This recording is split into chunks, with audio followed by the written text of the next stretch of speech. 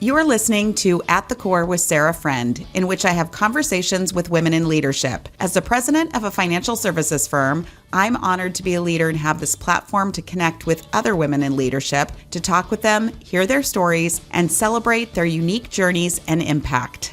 As president of management consulting firm Kinesis, Anja Taylor combines her leadership and operational experience with her passion for building thriving teams and businesses. Since joining Kinesis as Director of Operations in 2017, Anja has played a pivotal role in shaping the company's approach to growth and collaboration. Her leadership philosophy centers around connecting employees and their work to realizing a company's vision. She believes that leadership is about setting the stage for team success through behaviors, systems, and tools that are most effective when they support the whole human rather than just operational efficiency. This is evident in the way she leads Kinesis. The company, a B Corp, practices open book management, places a strong emphasis on employee development, and is spearheading strategic consulting in the owner-operated business space. Anja, I'm so happy to have you here. Thank you. It didn't surprise me when I was reading your About Me, the fact that two of your highest core needs are belonging and improvement. I too am very high for belonging.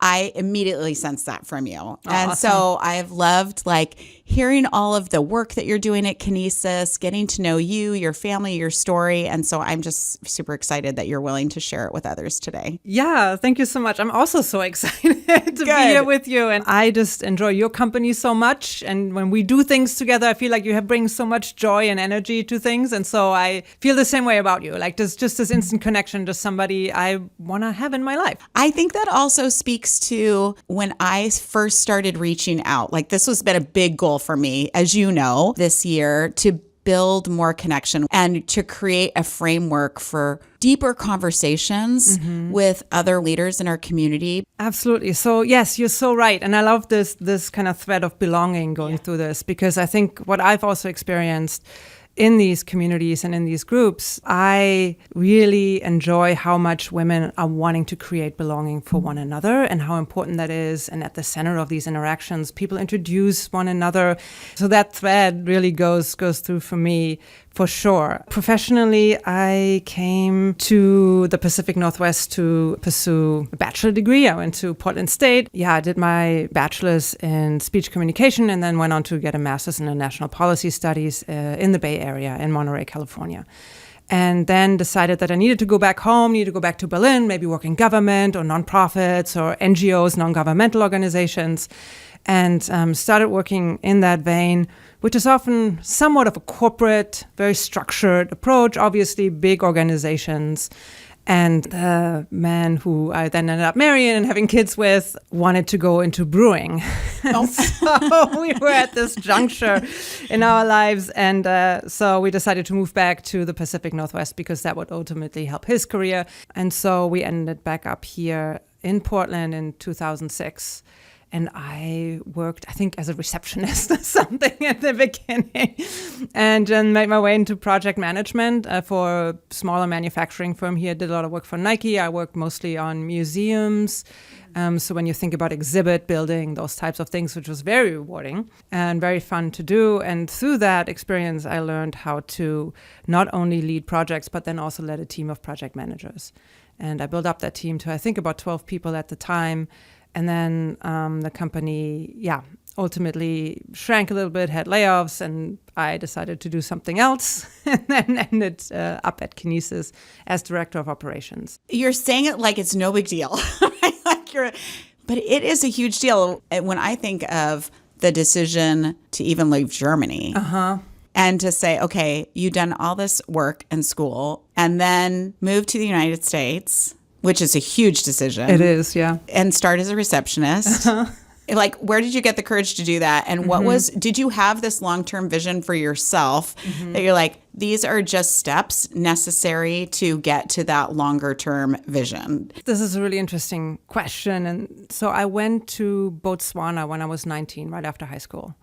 And I grew up with stories around Africa. My parents traveled through the Saharan desert in the 70s in like a VW bus, for a couple of months. And so I was always intrigued by that. And I wanted to experience that for myself. And so I had this vision of, going to Africa and getting some experience there. I interned and ultimately noticed that it wasn't really the panacea that I thought it would be. It came with a lot of hard things like moving does and getting out of your social circles. I had to kind of come to terms with that the idea that I had about this international travel that didn't satisfy my core need for belonging, I think. So that's where that, I think, comes back to that thread, is that I really wanted to do something that was ultimately maybe not really aligned with who I was as a person. I liked the idea of it, and I wanted to have impact and do that. And I think for me, the recalibration was, how else can I have impact? And how can I make that maybe more meaningful, closer to home, more localized?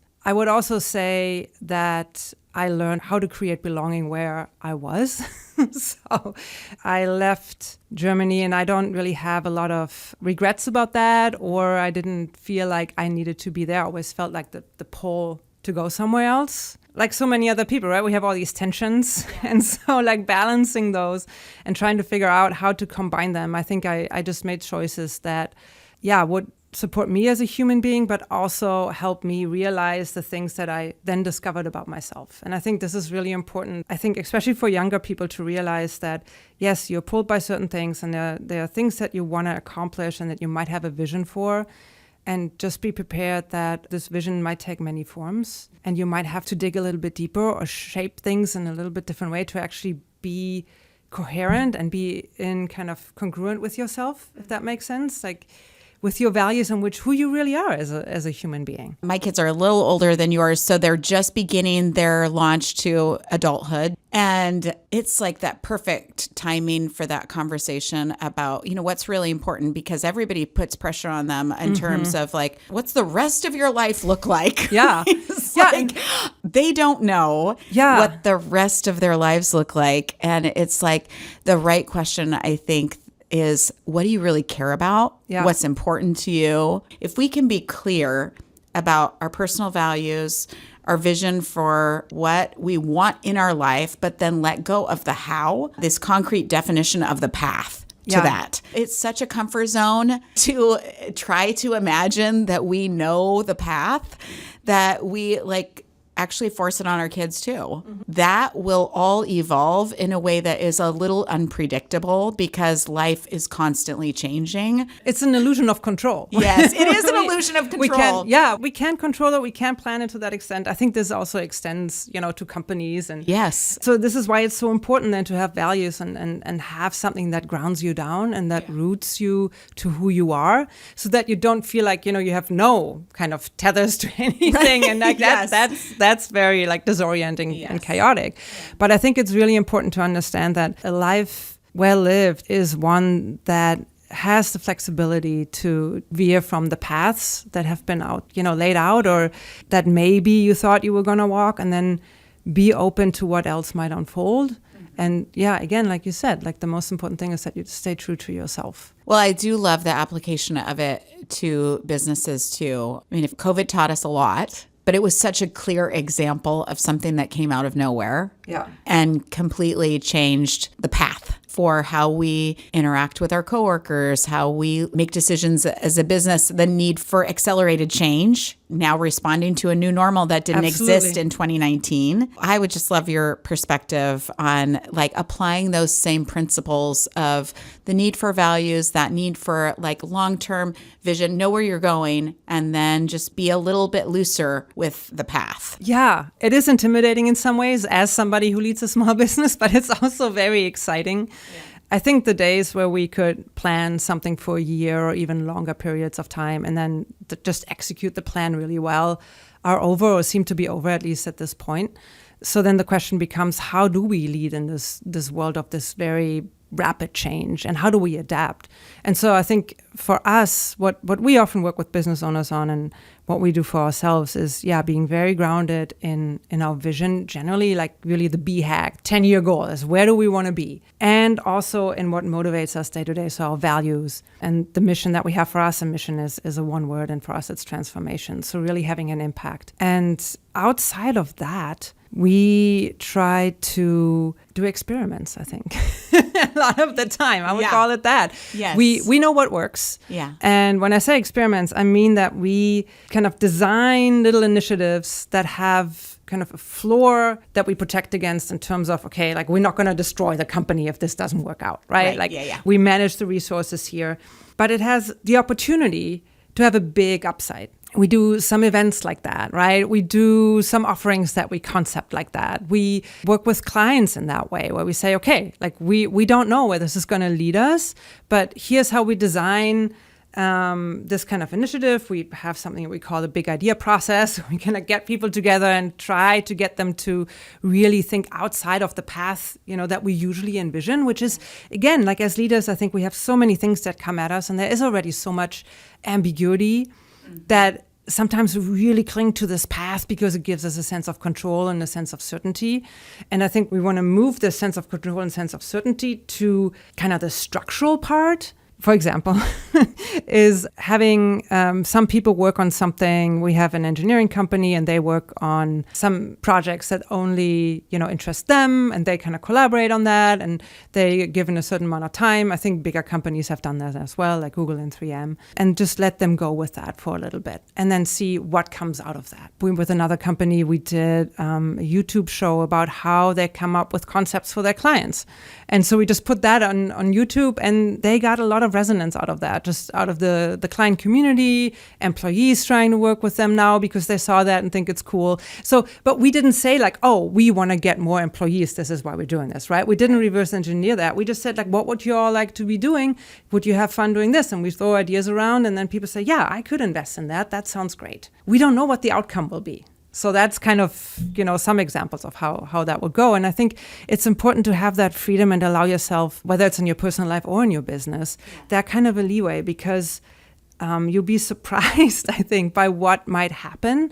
And it might not be necessarily something that has like a huge outcome, but it's something that then sets you on to the next thing and the next thing and the next thing. And that's cumulative. It helps to navigate, I think, the uncertainty and the constantly changing environment a little bit better. I love the idea of walking into something and saying, okay, we have to innovate, we have to be creative, we have to test these new ways of thinking, new ways of being, and open to, it may not have any upside. And so just don't put a ton of resources into something that's untested. Exactly. But don't let that fear of failure be something that stops you from innovating. Yeah, and you need to have, so it's a creative endeavor, right? And so you need to kind of free yourself from the shackles of what you know, what has worked before.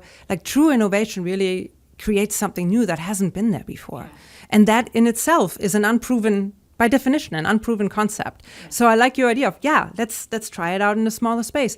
Let's be okay to fail, and then also let's learn from that failure. Mm-hmm.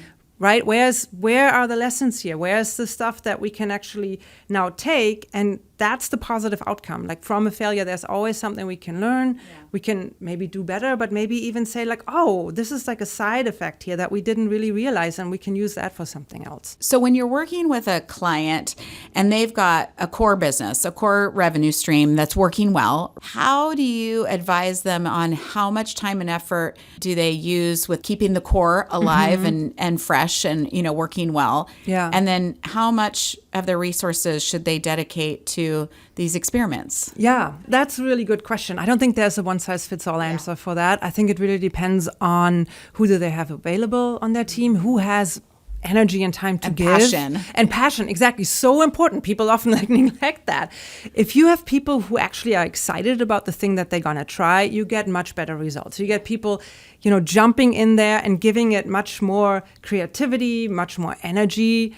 and your success rate will be so much higher. So I think it really depends on, those resources. Again, strategy, like we talked about this, like the definition that we use for strategy is achieving the business goals with limited resources in the face of uncertainty. What is strategic about things is when you have to make trade-offs. I think that's I just let it sink in for me a little bit because as leaders, we don't name the uncertainty. Mm-hmm.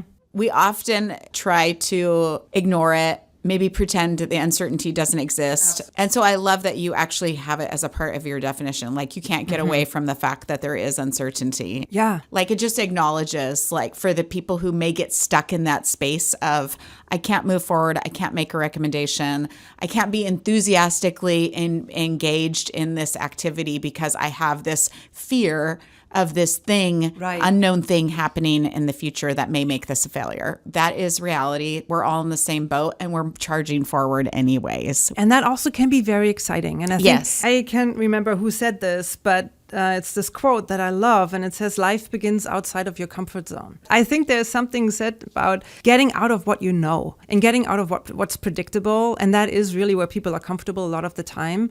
And I want to acknowledge that's important, and that is healthy, I think, in some ways. And then I think a little dose of, okay, let's get out of that. Let's get out of the comfort zone. And this is why I think it's sometimes so good to have somebody outside of your organization facilitating strategic sessions, because those people can push a little bit harder on like, okay, like where's the risk here? Yeah. Where's the risk that we're taking? Because again, I think, probably 10, 15, 20 years ago, we didn't need to take so many risks. And I think now we're really in an environment where, again, things are changing so much. We know less and less in some ways. Yeah. And so we need to be more adaptable, and we need to be more okay with like risk experiments and just running our companies despite of that in some way. And then I think like embracing it is like the next step. Yeah. And finding the fun in it and the joy in not knowing, and the joy of experimenting and trying things out. I went to an event where Sadie Lincoln was presenting. So Sadie is the founder of Bar 3, and she was talking specifically about this idea of, comfort zone, and that growth happens outside of your comfort zone. Yeah. And I do like that, like acknowledging we do need a place of rest. Yes. Occasionally. We do. But if you find yourself sitting in that comfort zone like robot, just autopilot, because everything is so easy. Exactly. There's no growth happening, and there's also no touching back to, I think, what's around you. Yeah. In that sense, because that's often like a very kind of, the stagnant place is kind of, exactly. You're not in sync with the world around you, because there is always change. Yeah. You were part of one of our labs. We had a different lab, and somebody asked, who here is the same person they were 5 years ago or even a year ago? Like that question alone. And then everybody else that you interact with also changed. Mm-hmm. So again, like I think it's so important that we keep in touch with that and that we adapt accordingly, especially as leaders. I think one of the best qualities of a leader is somebody who's adaptable, versus like I know, and this is like the strong way forward, or, you know, I'm always right, like that type of thing. And like I've said this, 10 years ago, and we all know these stories. And I think actually we often underestimate, or I feel like we don't talk enough about how important it is for leaders to adapt to the environment, to adapt to different people. If I'm coaching, somebody from our creative team, it's different than when I coach somebody from the strategy team, or even like two people on the same team. They need different things from me. Mm-hmm. And I think as leaders, it's really important to have that ability to look outside of ourselves and kind of flex into what is needed from us there within the boundaries. Yeah, yes. Exactly. Yeah. That is a really good point. You have to stand for something, and you can stand for something and be flexible at the same time, right? It's not, flexibility isn't a sign of weakness or lack of resolve. Yes. These are the things that are non-negotiables, but around that, like, let's figure out how we can get there. Well, you and I were talking on a hike we went on. I didn't grow up like thinking I was going to be president of a company someday. Mm-hmm. Like, one of my big mental barriers was I didn't think I was strategic. Uh-huh.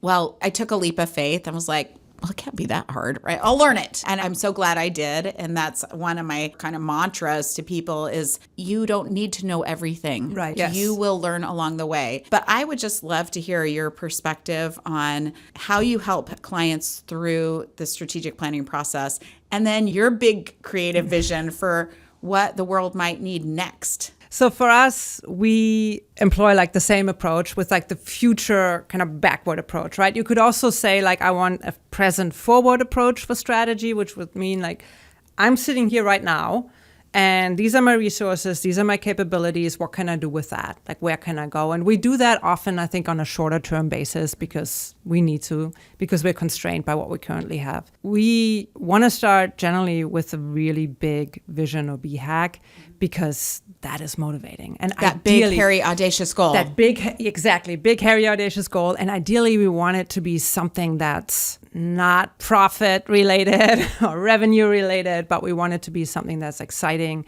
and can motivate people. And that basically your employees can gather around and say, like, yeah, that's cool. I want to be part of this. So really the opportunity to opt into something that is bigger and speaks to like, why do we exist in the first place? Yeah. That is not an easy thing to do, though. When we were trying to figure out our BHAG, it took us well over a year to get it right. Yeah. Because we started with big, hairy, audacious goals that were related to EBITDA and revenue, Yeah. right? It was like, that doesn't even feel inspiring to me. Yeah, right? exactly.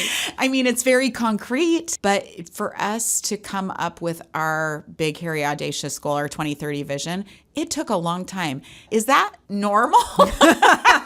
Were we just slow? Or is it something that you can take your time because it's so important to get right? I think it can take time for sure. I think it can also, when you craft the right environment where you help people kind of get past you need to be profitable. Yeah. Or you want to grow 10%, 20%, whatever that is. But that is a means to something else. So I think what our strategist team is really good at is asking those questions that get people out of that type of thinking and really think about, okay, long-term goal, what do we stand for? What do we want to be known for? What is the impact we want to have? So that's where we want to start. We often do some sort of a creative activity. Sometimes it's very short, depending on how much time we have. But we really want people to stop thinking with the left side of their brain and really get more into the creative space of what could this be? And we've had really good successes with that. We had people come to us who said like, yeah, we need more salespeople because like this is what we do and we're component supplier and when we engage them in a conversation, a guided conversation around, well, forget all the stuff that you are right now. What do you want to do? Well, we want to revolutionize the industry because we don't think it's working well. Okay, there we go.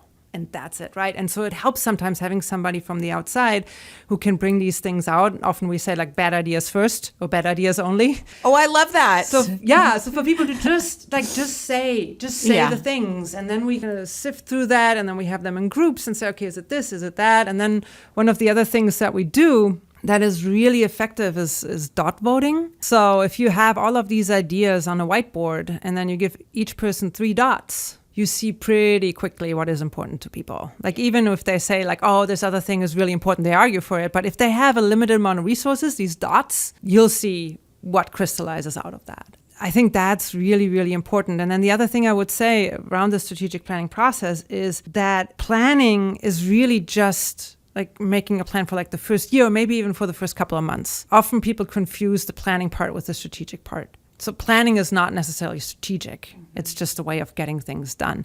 Strategy comes into play when you really have to make trade-offs and you think about, okay, what gives me more impact or where do I want my leverage to be here? And making these kinds of strategic decisions where you decide for something over something else, which is incredibly important for smaller businesses because we don't have all of these resources. We don't have a strategy department and an innovation department and an R&D department and all of these. So often that is actually either confined within the leadership team or you have maybe employees that are helping out with that because they're passionate about it. But when you have this constraint on resources, you need to be very, again, strategic, smart, whatever you want to say here, to pick the ones that you think have a pretty good likelihood of getting you to that vision where you want to be. Well, I also did not know before I was a leader, when I was imagining what it would be like to be a leader, I didn't understand how these collaborative working sessions really unfolded. And so what I would want to share with people who might be listening, that it's not all on one person's shoulders, and it shouldn't be. Absolutely that the not. magic is in the perspectives that come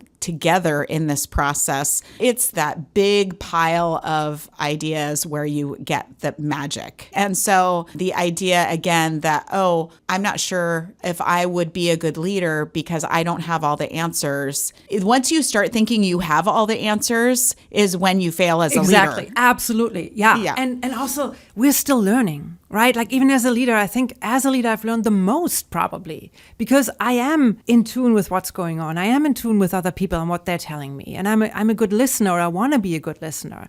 And I think this idea that you need to be fully formed and fully giving the direction and like knowing all the answers to your point as a leader is just not the type of leader for this age that we're in. I also wanted to say, like, one of the things when I met you, yes, and we all introduced each other, we went around the room and you said something around once your husband kind of completely changed careers and then you changed careers completely, and you told the story with a lot of levity and just kind of laughing a lot, and also like said this, like, I never had like this career goal, this aspiration of being like a president or a CEO or leading, and I'm like, I want to get to know this woman more because I feel similarly. And I just love that so much, and the way you told it in this group of very successful people. Yeah, exactly. I'm like, I am not afraid of being broke. Yeah, and I'm not afraid of like not having this career plan. I never had that. Yeah. For me, and I've reflected on this. And especially like in these last couple of weeks, because and this is why like your values resonated so much with me, because I'm asking myself this question: what does it mean to live a life well for me personally? And so this belonging what part does that is mean? so important. Yeah. Yes. Exactly. And so for me, it's really about the relationship I have with people. Yeah. And I often said, like, I could work anywhere, doing pretty much anything, as long as the people that I'm surrounded with and that I interact with on a daily basis are giving me joy, energy, and are supportive. And I feel like I'm making a difference, obviously. Like that is something that's obviously important. But I think, yeah, it's so refreshing to hear, like, yeah, I didn't have this big career plan and now I'm executing it, right? Like, it's like the same thing. But I, like you, feel so lucky to be in this company. I mean, I think you and I both, we lead companies that serve other companies. Yes. Yeah. And so we get the benefit of not only having an opportunity to create our own environment where employees can thrive and see the rewards of that, but then we get to see our teams serve other businesses and help them do that as well. Exactly. And this is, I think, like to the second part of your question, like where do we see, or where do I see this going? And I think this is so important to me in terms of my professional life and having an impact, is really building the companies for this next area of capitalism. Mm-hmm. So helping companies being better employers, helping them thrive in this high degree of uncertainty. And I really believe in these small businesses and the local impact they have, where they have the employees coming out of the community, their decision-making affects the community directly. They're not run by some big conglomerate. They don't have all these resources, but they're deeply rooted locally and are really committed to making a difference in their communities. And I want to support that. And Kinesis as a business wants to support that. And I think they're often underserved. So absolutely. And they need different things too, because again, they don't have the resources that bigger companies have. Right. And they often don't have access to the same kinds of information, to the same kind of help.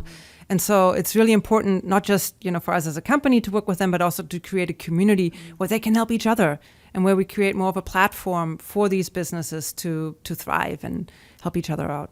Well, you and I have also talked about your vision for what's needed going forward in terms of kind of breaking the mold of how you build strategy in this new era. Yes.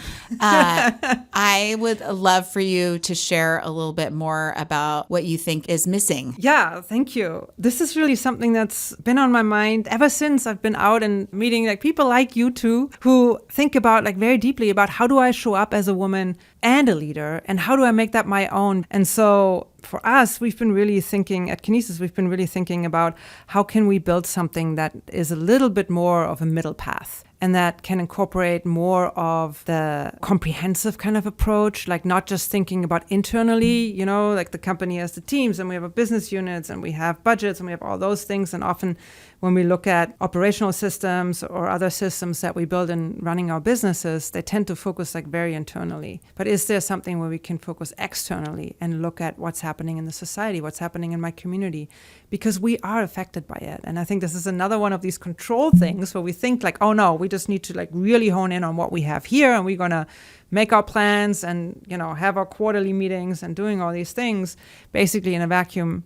And I think as women particularly, I think we have much more openness towards the other and towards what's going out there and like the sensing part. Like, again, this sounds a little amorphous at this point, but we really want to make sure we incorporate that into the processes because it is a different way of leading companies and it is something I think that's missing currently. And I think we talked about that in one of the discussion rounds you were in about having a seasonal approach and then really taking a month break in between the initiatives that we have for the company so that everybody can kind of take a breather and can kind of say, okay, where are we at right now? More of a grounding, more of a slower pace around things. I remember, I love that forum, that small group forum that you've put together. And so when you were talking about the 3 cycles in the year with a 1 month break in between each, cycle of planning, I was like, please, yes. Yeah. Right? So when we get together to start thinking as an executive leadership team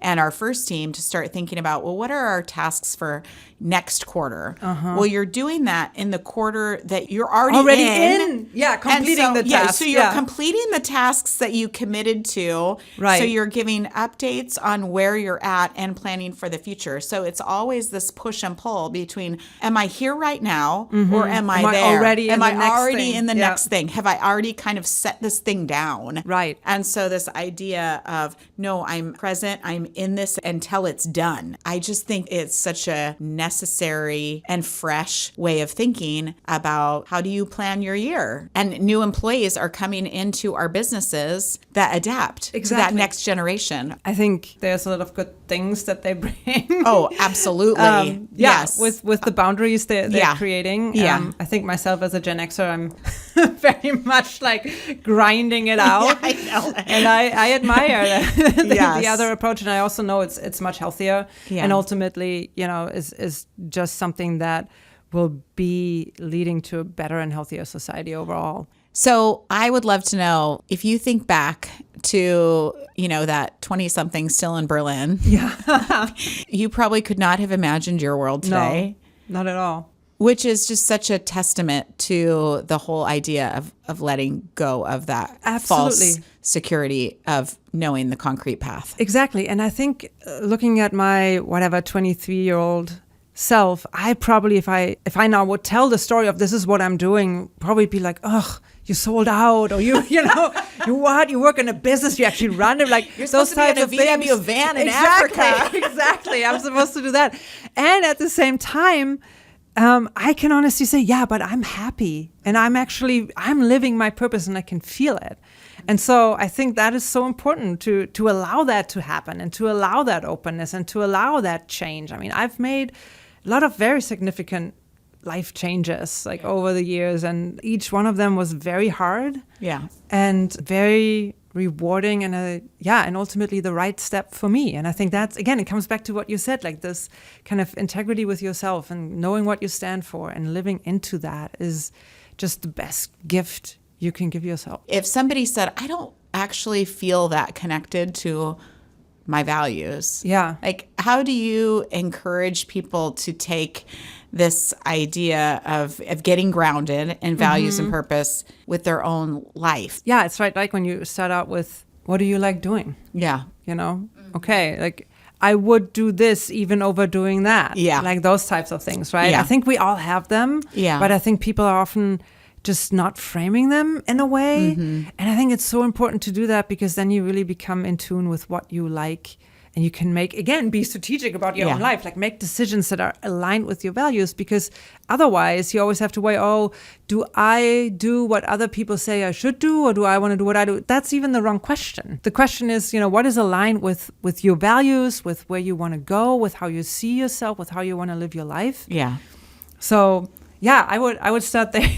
I know. I just, at this decade, I finally feel like I know who I am. Yeah. Like, why do you think that is? I'm trying to figure out how to articulate it. So 2 years ago, I'm in a leadership group called Vistage. I really enjoy it. It's, it's where basically you have 14, 15, 16 other executive leaders in a group that are unrelated to your business. And so one of the questions was like, what do you imagine a future version of yourself?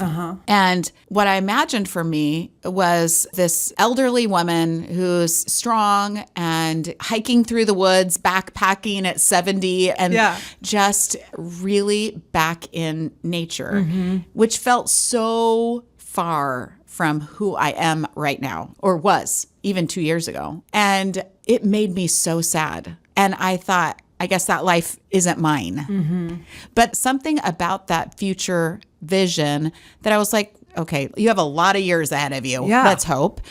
So I did 1 year of my year of courage, which was in 2023. And by the end of 2023, my goal was to go backpacking. And that was like way outside my comfort zone. Okay, yeah. And so I did that. It was magical. And it was through those experiences. And then this year was the year of yes, right? Where if people asked me to do things that I knew was like good for me, from movement, physical well-being, mental, but challenged me, got me way outside my comfort zone to grow, I would continue to grow that courage and kind of redefine my own relationship with this future version of myself. Yeah, but it's so cool for you to like put that energy there and then kind of take the positive from it, right? Yeah. And take that and say, I did that and I overcame something to get there, right? Like if you have an open mind and you're embracing it and you're going in there with, kind of that type of energy where you're like, I'm here to experience. Yeah. First and foremost. Like I don't need to attach value to it right away. I'm just here to do something new. I think that's the best way to explore that. Aren't we lucky to lead these incredible companies that do such great work? I feel incredibly lucky. I feel that Sean Bussey, the founder, what he has built is very remarkable, and the team that we have is such an amazing group of people. It's been intimidating at first to show up to events like where you don't know anybody. You walk into these rooms and you're like, hello. It is the worst part of my job. Yeah. It's so hard. Yeah. But I'm learning that everybody has an incredible story. Yeah. It's the small talk that I don't like. Yes. It's not meeting new people. Exactly. I actually love people. Yes. But I hate small talk. Yeah, I don't want to talk about things that are not important. Like, no. If you don't go deep with me, I don't know what to do with you. No, exactly. Yeah, which I also think is a little different. Like, I don't want to be, binary, but I think it's more common with women leaders that we desire that level of connectedness. Yeah, exactly. And I think as we have more women leaders, this is like a fairly new thing, right? Yeah. Like even 2 decades ago, that wasn't really a thing. And as we have more people in the community, I think we can do more around that and be better connectors, elevate each other. I think you and I have talked about that too. Like, how do we do that for the next generation? Yes. Well, it's been so lovely getting to know you. This has been awesome. It's so fun. Okay, the last part of our podcast, I always ask people, you've talked about values, how important they are for businesses. So I would love to hear from you about any of our values that speak to you and what that means to you. So I'm going to remind everybody our core values. So the first is play well with others. Own it is the second. Then be a champion. Have fun and live well. And be curious. Yeah. So do any of those values resonate with you, and what do they mean to you as a business leader? So I love all of them. What I love also is that they're verbs. So when we do this with clients, we always encourage them, lots of people are like, well, integrity. What does that mean? Yeah, exactly. Enron had that as a value. So, and I love that. Yeah, I love that you're verbs because that makes it actionable. Yeah. And then like really you can identify behaviors and get that person owned it. That actually happened there. And I like how you have a mix of values that are both things that I can be, but then also things I can do for others. The be curious one really resonates with me. One of the people I still look up to very much is my high school literature teacher. And she really instilled this value in all of us to say, like, ask questions, be curious about other people. That's like the best advice I can give you for your life. I love that one. And then have fun and live well. As I said earlier, I've thought a lot about, what does that mean, living well? What does that mean for me? How do I live well? And I would love, when I'm not here anymore, people talk about me. If they say she knew how to live well, I think that would be an amazing compliment. I think those ones I love. And then be a champion, doing things for others, play well with others. Those are great because we're here to create belonging and community for other people as well. Thank you. Yeah, thank you. It's been great. I know. I always love spending time with you. Same here. You always get me thinking so deeply about life and business, and I appreciate that very much. Thank you. Yeah. Thank you so much for having me.